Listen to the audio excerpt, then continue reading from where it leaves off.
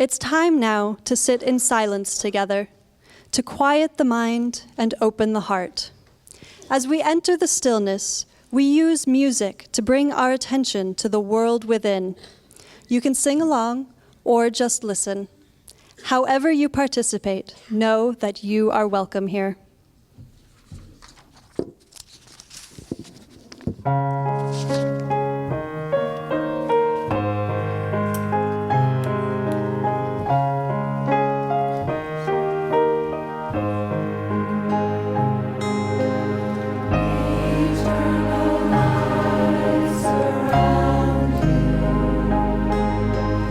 Everlasting arms be around you.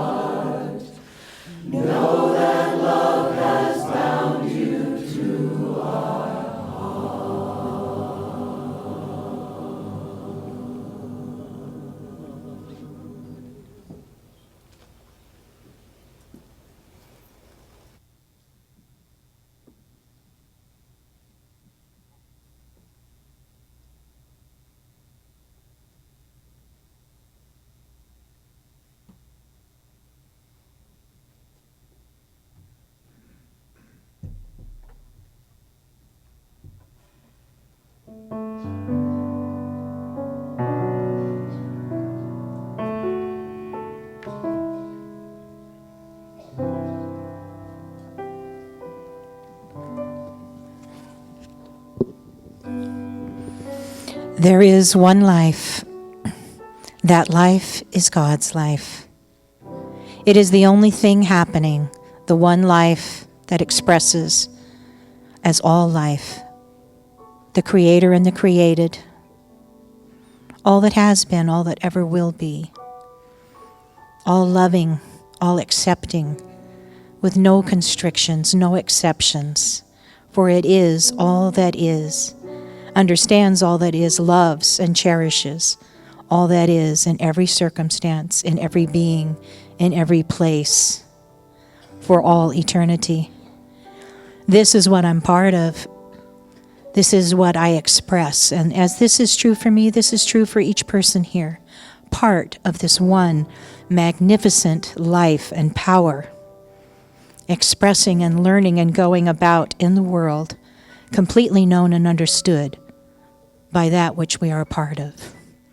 And so it's from this place of deep acceptance, assurance, and belonging that I speak my word for this beautiful time together, this celebration service, knowing that all the love and planning that goes into it bears good fruit today, that each person comes and receives exactly what they came to receive, and those that gave exactly what was theirs to give. So knowing that it is all perfect and unfolding in the exact right way, I let it be and I release it into that aspect of the divine, the organizing power, the law, that which brings this expression into form and experience. And so I let it be, and together we say, and so it is. Good morning.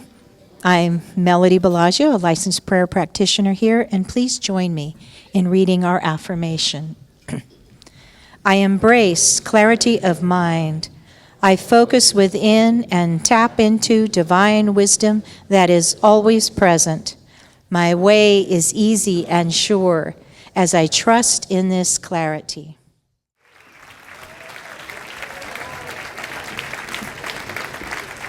Won't you please take a moment while they exit to say hello, especially because we have visitors from France and Perugia today, so look for them and say hello.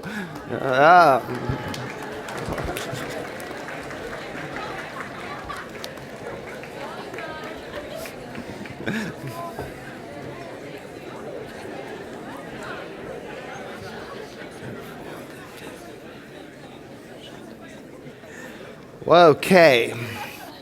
Settle down. That is no, we can't be happy. Our topic is Taoism. I was just thinking about that. Taoism was really not Stoic. There's a simple joy in Taoism as well. This is our new topic for the month. We're focusing on simple Taoism, using this book, a guide to living in balance. And it seems to me that our world, from time to time, can appear to be out of balance. And sometimes that's because of the way the news reports it. And sometimes that's because of the way we see it. And sometimes that's because that's the way it is. Right? Yeah. So in this little book, it talks about Taoism. It says the Chinese, like the Indians, believe that there is an ultimate reality which underlies and unifies the multiple things and events we observe. They called this reality the Tao, which originally means the way. It is the way or process of the universe, the order of nature. So two things, ultimate reality and the process. In our teaching at the center, we call this ultimate reality the thing itself. And we call the process of this reality spiritual law. And the thing is that we say that this reality is neutral. This law is neutral. And what I mean by that is that reality simply is. So then beautiful and ugly, these become projections onto reality. So good and bad, this is interpretation of ultimate reality. But reality, according to the law, the spiritual law, appears to us the way we project upon it and the way we interpret it, while it itself remains unchanged. It just is. Every time I talk about Taoism, I think about the all-time famous favorite story in Taoism that I must repeat every time. You probably know it. It's the story of the young man in ancient China, and he is a peasant. He comes from a poor family. He's out and about on his horse. I don't know what he's doing. He gets off the horse, I guess, to pick berries or something. I don't know. But the horse runs away. And he comes back to tell his father, and of course the villagers listening, and you know how villagers are, and they say, "This is terrible. That horse was all you had. It's a very bad thing." And the wise old father says, "Maybe good, maybe bad. Who's to say?" So the young man, feeling bad about what happened, he goes out into the woods and he stumbles upon his horse, which has attracted a whole herd of wild horses. And all he has to do is lead his horse back to the village, and the whole herd follows his horse. And the villagers, seeing this, they come rushing over saying, "This is tremendous. What good fortune. Now your prosperity has amplified, it's grown. How wonderful. This is a very, very good thing." And the wise man says, "Maybe good, maybe bad. Who's to say?" Now the next day, the young man is on the horses, breaking in the inn, trying to get them all worked out. And of course, one of them throws him into the air. He falls and he breaks his hip. And the villagers, seeing that, come rushing over saying, "Now what? This is a terrible thing. This is so bad, because who will train all these horses?" And the father says, "Maybe good, maybe bad. Who's to say?" Next day, the king of the region goes to war with the neighboring province. And he sends out his officers to pick all of the young, able-bodied men to go to war. And the villagers look at the father and say, "This is awesome. This is good. You've escaped war." And what do you think the father says? "Maybe good, maybe bad. Who's to say?" See, this story is characteristic of Taoism, which is not blatant. You should think this way, or you're going to suffer eternally. It's more subtle. Instead, it asks, are you thinking at all? You see, and it draws us into a deep consideration of the nature of reality itself. And this seems to be important today in our world. I'm thinking about the events in Baltimore recently. And the tendency in our news coverage seems to be towards extremes.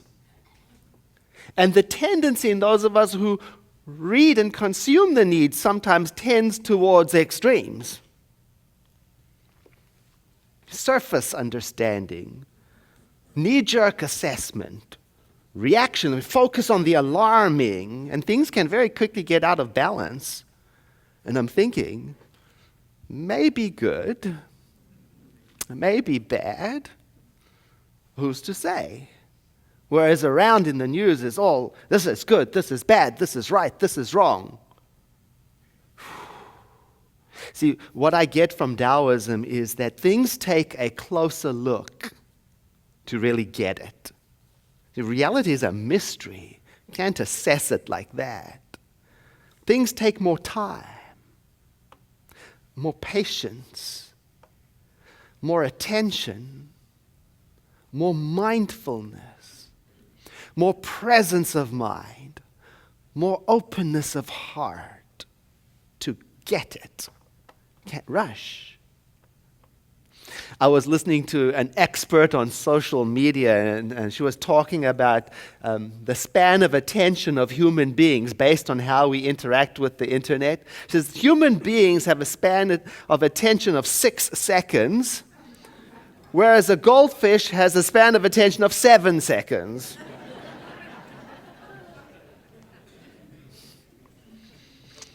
And I was thinking about Baltimore at the time, and I was noticing on social media that it's easier for people to flit about on things and make short, seemingly thoughtless comments, or to circulate what other people have said and shared or reported without actually checking it. It seems easier for them to do that rather than to take the time to lean into a situation and make respectful, considerate comments based on research. Now, in general, because this is just my experience as I was looking out when I was thinking about Baltimore. You see, what happened was just before the State Attorney Marilyn Mosby announced her findings, our minister from our center in Baltimore, Reverend Michelle Sinegal, she's been here, speak here. She put out a call for prayer. And she said, please, pray for our center. It's affected. It's right in the middle of all of this. She said, please pray for our city. What better way to work towards a world that works for everyone than starting at home? And I thought to myself, rather than sitting around flitting about on other people's news, I could donate 1 hour of my time in the form of spiritual practice. So I immediately began to pray the prayer that I learned at Centers for Spiritual Living, which is a type of affirmative style prayer dwelling on peace, just as Reverend Michelle requested. And I invested about an hour of my time formulating the prayer, and I got so into it. And then I posted my prayer. I wrote it down. I posted it on the Facebook page of our headquarters. We've got headquarters in Denver, Colorado, and they've got a Facebook page, and I posted it right there, and I really got into it. And then I started collecting other people's affirmative prayers. I went to our online affirmative prayer library that Diane Tapania, who's the teacher of the Beyond Limits class, she created this library, and I searched for the word peace, and I gathered all of the prayers, and I started posting there on our headquarters Facebook page in Denver, and I was so into it. And Reverend Michelle, she saw them, and she put a comment. She said, thank you for your prayers. They have the power to change conditions. And instantly when I read that, I felt something, a recognition. I remembered in that moment my conviction in the power of human kindness and connection. And I remembered at the heart of our faith tradition is this idea that affirmative prayer can change things, and her words helped me to find my way back from out of balance to my way.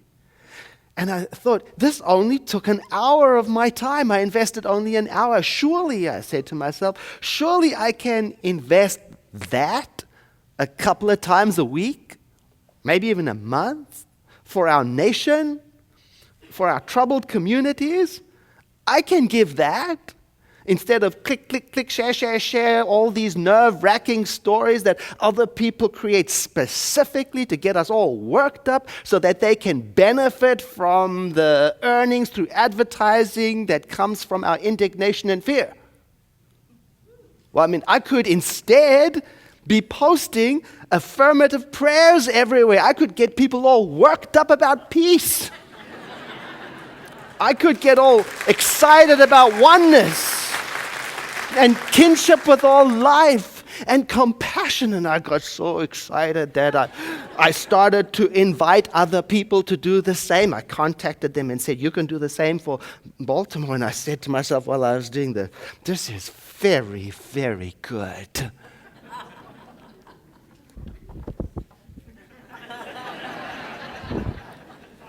And I waited for the prayers to come. very few of them came. Very few people took me up on my invitation, and I said to myself, wow. And I started to judge. You know how it goes. So, wow, it seems to me that people are more interested in spreading bad news and positions than they are interested in contributing peace through affirmative prayer. They have got infinite amount of time and attention to click and share, but they can't write a prayer for peace. And I said to myself, this is very, very bad. Then I remembered the horses. And I said, oh, maybe good. Maybe bad. Who's to say? And then I remembered, yeah. As soon as I start interpreting other people, I lose my way. I stray from the path. And how do I get back to my path? Well, sometimes it's easier than I think, you know. It goes something like this. If I am interested in spreading affirmative prayer around, let me do it. I don't know what other people's path is. Let me be excited about my path. See, Taoism is about becoming intimately aware of how things really are without my projection, without my expectation, without my desires. And it's a practice of deeply appreciating what is, just the way that it is, and just the way that it is not. And you can feel the drop into that. Yeah. See, the word itself, Tao, well, it means many things. It's translated into English as the path or the way. And it's so easy to lose one's way and to stray from the path, especially with so many people like me telling you what's the correct way, right? What to think, what to feel, where to go, how to look. In Taoism, the way is thought to be a mystery. It's undefinable, it's inexpressible, and it is said that those people who claim to know the way, be very, very careful of them. They know their way. I still got to think. In fact, the opening lines of the Tao Te Ching, which is one of the source materials for Taoism, it says, the Tao that can be described is not the eternal Tao. The name that can be spoken is not the eternal name. Whew. And it reminds me, just in that moment, when I think I know what it is, that's the time to pause, to reflect, to look again, to breathe, to drop, to respect, to observe, and then let reality rise up, maybe even better than my best interpretation. Somebody reminded me of a Taoist saying in the last service that says, a sage does not pat the ripples to still the water.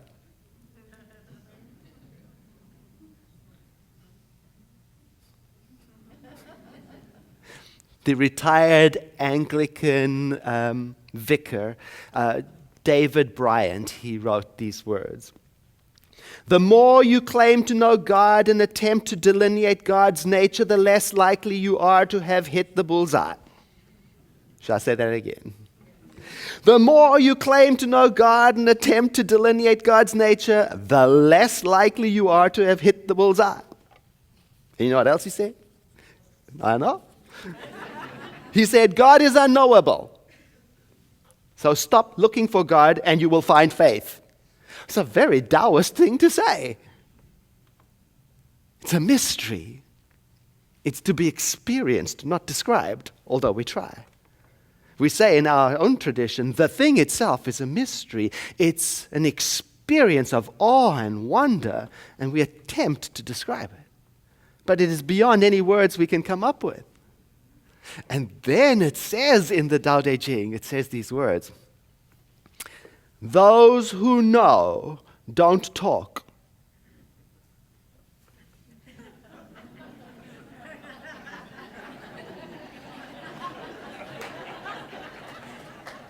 And those who talk don't know. And thus endeth the lesson. No, I have more, because it has advice. There is advice in there for how to find our way back to the path when we're in those moments of not knowing. It says right there, close your mouth. Blunt your sharpness. Untie your knots. Soften your glare. Settle your dust. In the little book, it says Taoism offers us a path to follow to find our way back to what matters at the deepest level. Being one with the Tao does not mean that you must change what you do as much as it means you must change how you do it. When you center your actions in the Tao, less conflict and effort results, because it says transformation comes from within and not from without. Oh, so easy to lose the way. So easy to stray from the path. Sometimes I stray from the path when I get all busy with other people's business. Or I get all busy doing something that doesn't matter. Or I get all busy doing something with a frantic energy, a tense way, and then I start to spread that anxiety around.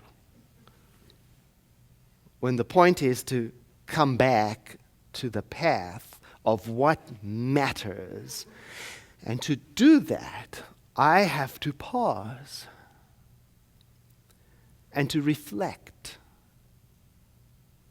and to look again and to breathe and to drop and to respect and to observe, and then let the path rise up all by itself, maybe even better than my best projection. To me, in Taoism, there seems to be an emphasis on the natural order of things. We'll call that the law, in contrast to artificial, forced, contrived way of things. There seems to be an emphasis on a way of being that is characterized by cooperation and flowing and ease, in contrast to controlling and struggling and pushing. There's another Taoist-like story that I think illustrates this. It's a story of an old wandering nun. And she is drawn in her wandering to this village, this obscure village, by this powerful feeling of vital energy that is rising up from the village. She's very interested to know where it's coming from. And so she goes into the village, and looking for the source of energy, she finds a hut, and she goes into it expecting to find there a very advanced master. But what she finds is a humble peasant woman meditating and chanting incorrectly. The nun interrupts the woman very kindly and teaches her the correct version of the chant, and then she sets off on her way again, wandering and studying, and months pass, and she returns the same way, fully expecting to see the radiant energy, but there's nothing there. And she goes into the village looking for the peasant woman, and she finds her in the same hut, chanting quite correctly, but with no inspiration. Oi. You see, this hits home because I'm thinking, those moments when I am possessed with the desire to force people into my idea of rightness, may I remember to pause, to reflect, to look again, to breathe, to drop, to respect, to observe, and to let reality rise up, maybe even better than my best idea of it. Let me chant in my correct way. Let me contribute to peace in the nature my correct way. Among the many things I find interesting and delightful about Taoism is this idea that Taoists do not tend to pray to God.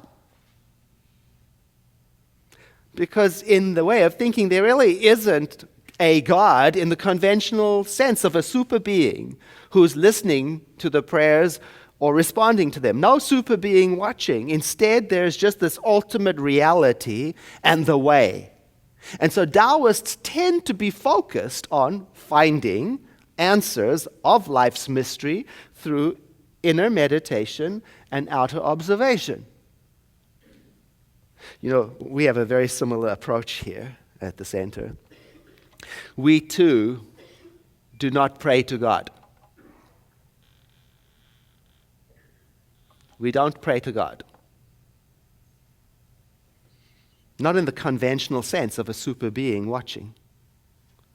No, we have this idea that this ultimate reality, the foundation, the ground of all life is everywhere present and we are in it, and that when we pray, that is our use of the creative energy of ultimate reality. So we see our affirmative prayer as the way of bringing our own mind back into alignment with the thing itself when we've lost our way. So prayer is coming back to the path. It is realignment with the nature of being. And the other thing I like about Taoism is it seems to be all about reverence and respect for the energy of life that is known as qi. And this reverence and respect for life is cultivated by practicing the three jewels, the three treasures of Taoism: compassion, moderation, and humility. That's the map back to the path. That's the breadcrumbs back. Compassion, moderation, and humility. And another interesting thing that I love about Taoism is the concept of Wu Wei, which we'll be talking about in a couple of weeks, which in a nutshell is, well, I think the best way to express it is this: to conquer something, don't fight it. We've been talking about Christianity a lot recently, and Jesus of Nazareth said something very similar when he said to his students, resist not evil. In fact, he instructed them to turn the other cheek, which is a way of saying realign, redirect, change direction. Or another way of saying it, we heard from Buddhism last week. Buddhists say, for hatred is never solved by hatred. Or another way of saying it is this: it's not likely that you and I will bring peace to the nation by making enemy images out of the people in troubled communities, no matter what they're doing. Oh, it goes against our natural instinct of wanting to control and correct. But Wu Wei is the path of least resistance. It's the path of giving up, going against the flow. I'm thinking about when I grew up in South Africa. You know, the oceans there are very wild, and like in many places, there are these things called riptides that sort of can alarm you if you're swimming because it takes you away from where you think you want to go. So the advice of the lifeguards is to not resist and swim against the energy of the riptide, which is your instinct, because you get exhausted. And indeed, the way to do it is to swim in the direction with the flow to safety. And that goes against instinct. And yet it's in harmony with the way. Similarly, expert drivers will say that if your car is skidding and sliding on a slippery patch of road, you're not to follow your instinct and fight it and turn in the opposite direction. That's what I've heard. That in fact the instruction is to turn into the curve to safety, to realign it. Ooh. That's what Taoism suggests. Is the key to harmony is tuning in to reality and agreeing with it. We have a phrase in our center that describes that. It's called perfect right action. Oh, how we fight with that. There's another way of saying it. Everyone and everything is in the right time at the right place, successfully engaged in the right activity. Oh, how we reject that and swim against that tide. Oh, sometimes our minds scream against it because we're trying to get out of whatever is trying to happen. But if I could just remember in those moments when the struggle is high and the indignation is high, if I could just remember, pause, reflect, look again, drop, breathe, and respect. Really observe, and to let the way rise up and become clear, maybe even better than every other way I've walked before.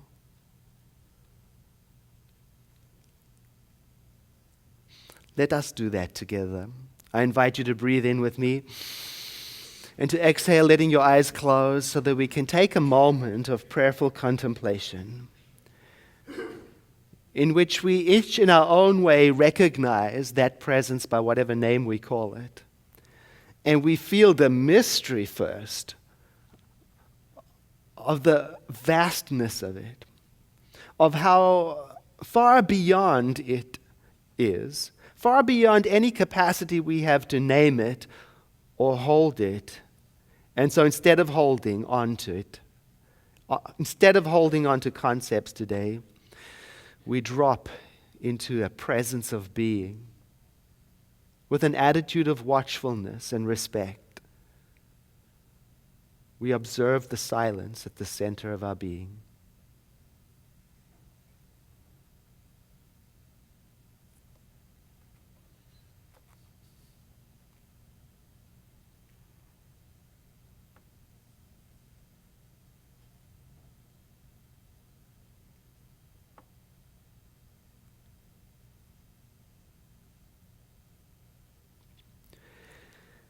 And this peaceful contemplation, this reflection, is our return home, our return to the path. By means of this prayer, then, this affirmative knowing, we are ready again for the next part of the journey to walk with humility, moderation, and compassion, taking our place in the community of beings as a presence for peace and wellness. And so it is. And I invite you to breathe in again with me and to sigh. We use that sigh to shift our focus to that part of our service where we share. As the choir joins me on the stage, I invite you to take your gift in your hand, and I invite the ushers to stand. It is possible that you gave at a different service or you give in another form, perhaps electronically.